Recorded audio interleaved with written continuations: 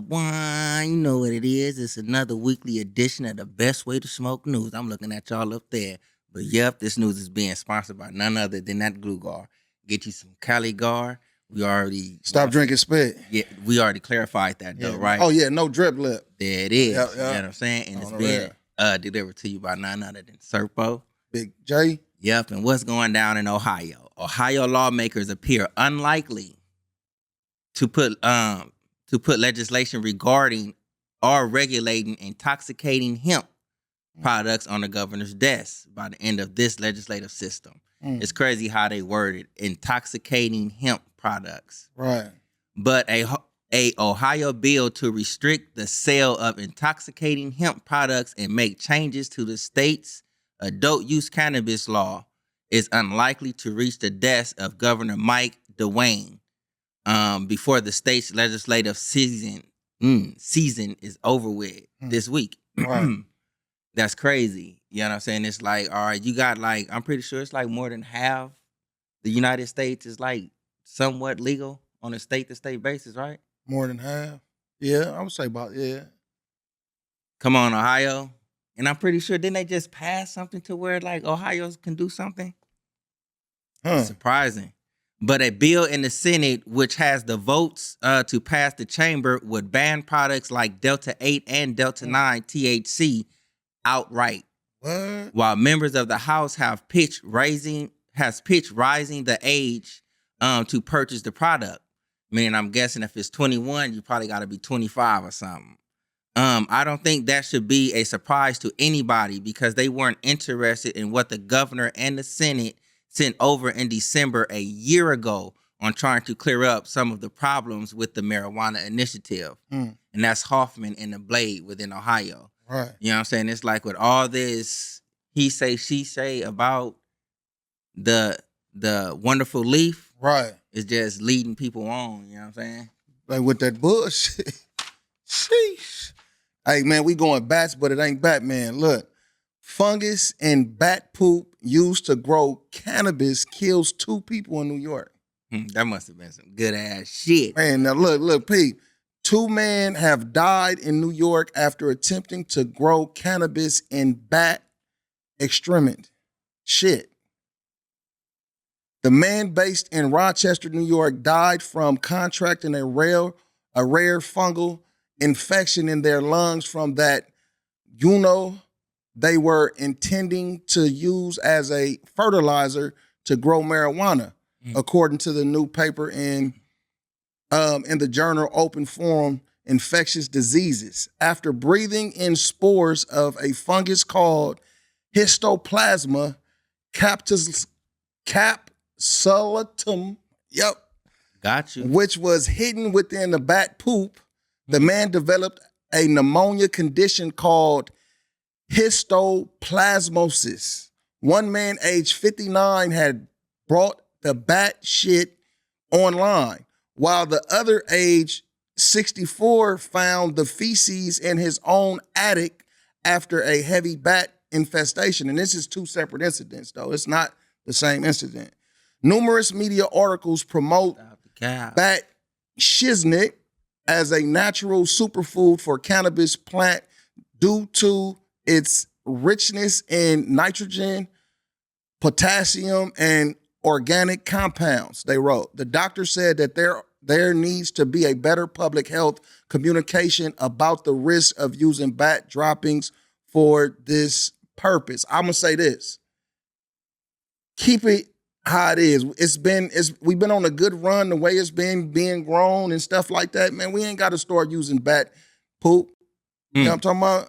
Man, I call that a bunch of bat poop. Man. Because there's so many different fertilizers that's out there used, like, which I want to use the word harvest so I can sound smart. Right. You know what I'm saying? Right. But it's like, I mean, man, 2 people off of bat shit. Man. Motherfuckers who take shroom eat frog shit. Man. Moving on. Wisconsin Senate Majority Leader Dianne Hesselbein says she will introduce legislation to legalize medical cannabis next season after the Democrats gain 4 seats in the chamber ending a Republican Supreme supermajority. So I guess if y'all only get 3 seats, it's off the table. Right. But Wisconsin Senate Majority Leader Dianne Hesselbein has indicated plans to introduce a medical cannabis legislation bill next season after her party picked up 4 seats in the chamber. So they already got the 4 seats, ending a Republican supermajority. Hesselbein told WPR, which is Wisconsin Public Radio, that she has already had conversations with the chamber's Republican leadership about the reforms. Democrats in the chamber have proposed a bill to legalize both medical and adult use, which as we all know is recreational, cannabis in the state, but it failed to get support from any Senate Republicans. But let's get medical out there, because there are a lot of people that could benefit from that. I think we've got to get the conversation started once again, and that's Hesselbein. You know what I'm saying? As far as like the medical. Right. You know what I'm saying? All right, recreational, we can talk about that, but if it's medical purposes, let it work, let it ride. Let's get this ball rolling. Facts. I'm with that. Popular cannabis brand accused of failing to warn users of potency. I don't think it's like. Can you get mad at that? Man, that was my thought process. You know though. You can get mad at it. You know what I'm saying? But let's check it out. Los Angeles lawyers representing 2 twin sisters have expressed cannabis-induced psychosis from steezy products they started using when they were teens. Have filed suits against the brand, alleging they used depictive marketing tactics to promote their high-potency products and have contributed to the uptick in cannabis-induced psychosis, hospitalizations across the state.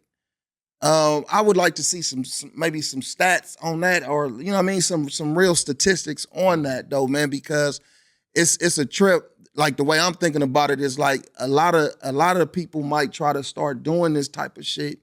You know what I'm saying? With certain brands, as far as with them vapes and stuff like that, with ones that's high. You know what I mean? High in potency. The lawsuit against Stizzy IP LLC filed in Los Angeles Superior Court also claimed that they sold their potent THC vape pens and cartridges without adequate warning of the severe mental risks associated with them, especially for young people. One of the twin sisters mentioned in the suit identified as Jane Doe 1 began using Stizzy products as a freshman in high school. Lawyers stated after she was drawn to the company's brightly colored devices' frequent social media advertisement, the lawyers filing the suit have started a cannabis victim law center to help teens harmed by cannabis vaping get legal advice. This is what I'm saying, though. You see, it's like Stizzy side on man, this. ain't no question. According to the state hospital data analyzed by the group, hospital visits for cannabis-induced psychosis rose 54% from 2016 to 2019 as legal cannabis market opened. You know what I mean? And I ain't gonna say like I just call bullshit on it though, but I'm gonna say it like this though. Something don't seem right. You know what I mean? Something don't seem right about it though, man. It seemed like this is gonna be a trickling effect for a lot of other companies to be sued. Man, look, we ain't sponsored by Stizzy, no, none of that. You know what I'm saying? It ain't a paid remark or anything. Right. But it's like she started using this as a freshman in high school. Right. But I'm pretty sure Stizzy, it states on brands, you know what I'm saying? It's not being sold to minors. For minors, right. So if you are a freshman in high school, you stealing or doing something. You doing something wrong. You doing something wrong, so that's your motherfucking fault. Man. Excuse my friends. Man. Oh, the West Virginia Supreme Court upheld a judge's ruling that the state can prohibit a state-registered cannabis patient from participating in medical cannabis program if they are on probation. So if you're on probation and you actually have a medical need that's actually fixed by medical cannabis? The West Virginia Supreme Court has upheld a judge's ruling that prohibiting a man on probation from accessing medical cannabis in the state did not violate his rights, the WV News reported. The attorney for Kyle John Schober, I hope I said the last name right, my man, who is serving probation for possession of cocaine with intent to deliver, argued that state's medical cannabis law superseded the judges imposing restrictions on medical cannabis use, while attorneys for the state conducted that cannabis use remains illegal in the majority opinion.